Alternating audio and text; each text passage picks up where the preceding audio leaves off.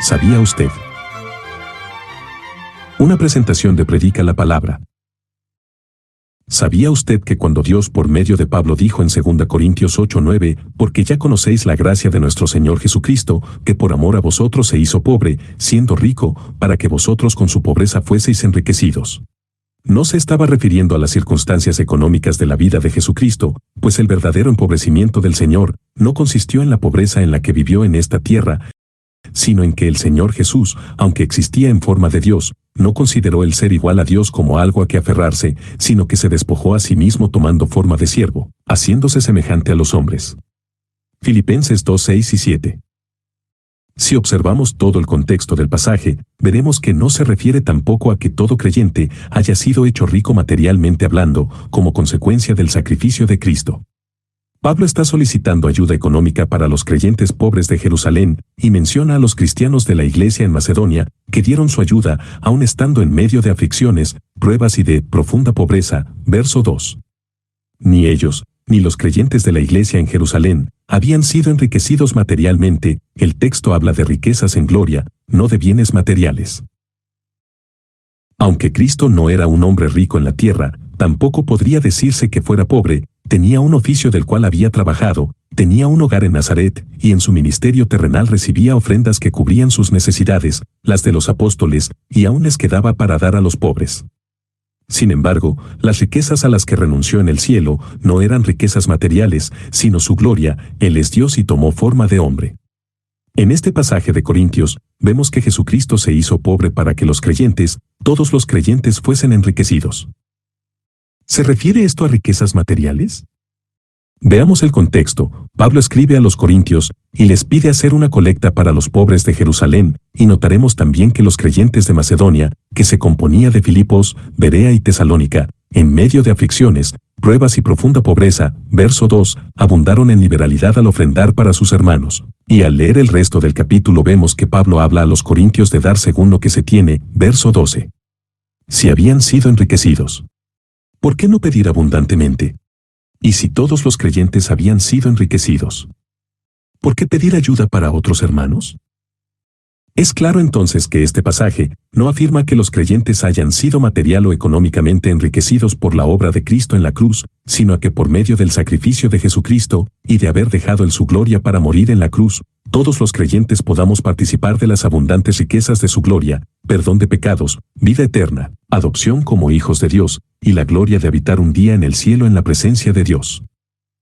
Leer el pasaje, leer la historia de la iglesia, y tener un poco de sentido común nos muestra que hay creyentes fieles al Señor que son pobres, hay creyentes que no son pobres pues tienen todo lo necesario para vivir, tienen aún para compartir con sus hermanos, y dependen de un trabajo para vivir, por lo que no puede decirse que sean ricos, y hay creyentes que sí son ricos. ¿Por qué había tantos pobres en Jerusalén? La pobreza en los hermanos de Jerusalén se debía principalmente a tres razones. Número 1, tras la predicación de Pedro en el día de Pentecostés, muchos judíos piadosos que se habían llegado a Jerusalén para celebrar las festividades, se agregaron a la iglesia que nació ese día y se quedaron en Jerusalén, pues en Jerusalén estaba la iglesia, no existía ninguna otra, allí estaban los apóstoles, allí estaban las señales y allí estaban los otros creyentes. Número 2. Debido a su fe en Jesucristo los judíos se vieron expulsados de la sinagoga. Esto no significaba solamente ser expulsado de su templo, sino ser cortado de toda la vida social de su comunidad, trabajo, familia y amistades.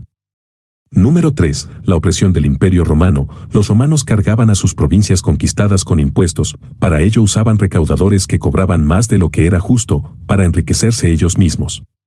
En las iglesias griegas como las de Macedonia, las razones principales de su pobreza eran la opresión romana y la persecución debido a su fe en Jesucristo.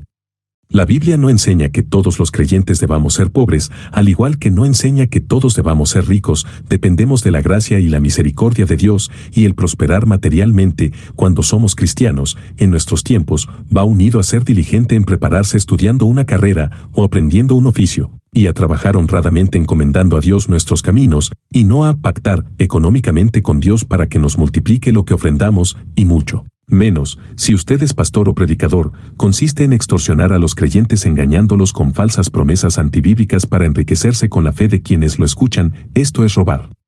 Dependemos de la gracia, la misericordia, la sabiduría y la soberana voluntad de Dios. El apóstol Pedro nos dice que para un creyente es mejor padecer, si esa es la voluntad de Dios, por hacer el bien que por hacer el mal. Dios, por medio de Pablo hablando a Timoteo, le dice que todos los que quieren vivir piadosamente padecerán persecución, pero los que quieren enriquecerse caen en tentación y lazo, y en muchas codicias necias y dañosas, que hunden a los hombres en destrucción y perdición. Jesús nuestro Señor nos asegura que en este mundo tendremos aflicción, pero también nos conforta al decirnos que confiemos, porque Él ha vencido al mundo. Ni la pobreza ni la riqueza tienen nada que ver con ser consagrado a Dios o con ser pecador. Ambos, pecadores y creyentes, pueden ser pobres o ricos, y lo malo no es el dinero sino el amor al dinero. En una persona la riqueza solo va a exteriorizar lo que hay en su interior. Se puede amar el dinero, siendo pobre o siendo rico, codiciar lo que los demás tienen, y pecar para enriquecerse, como también se puede ser pobre o rico, y usar los bienes materiales que se tienen, pocos o muchos, como una forma de bendecir y ayudar a los necesitados. Dependemos de ser diligentes en nuestro trabajo, reconocer a Dios en todos nuestros caminos y amarlo a Él sobre todas las cosas, y en toda circunstancia, buscar el reino de Dios y su justicia, y todo lo que necesitemos para vivir vendrá por añadidura. En Cristo hemos sido enriquecidos y hemos recibido vida en abundancia. Oremos a Dios que, al igual que Pablo, podamos aprender a estar contentos cualquiera que sea nuestra situación, y esto no significa que no hagamos todo lo que esté a nuestro alcance para prosperar y ofrecer un mejor nivel de vida a nuestra familia, sino a que confiemos y dependamos de Dios, amándolo a Él sobre todas las cosas, a nuestro prójimo como a nosotros mismos y no a las riquezas. Pues la vida del hombre no consiste en los bienes que posea. Lucas 12:15. Bendiciones.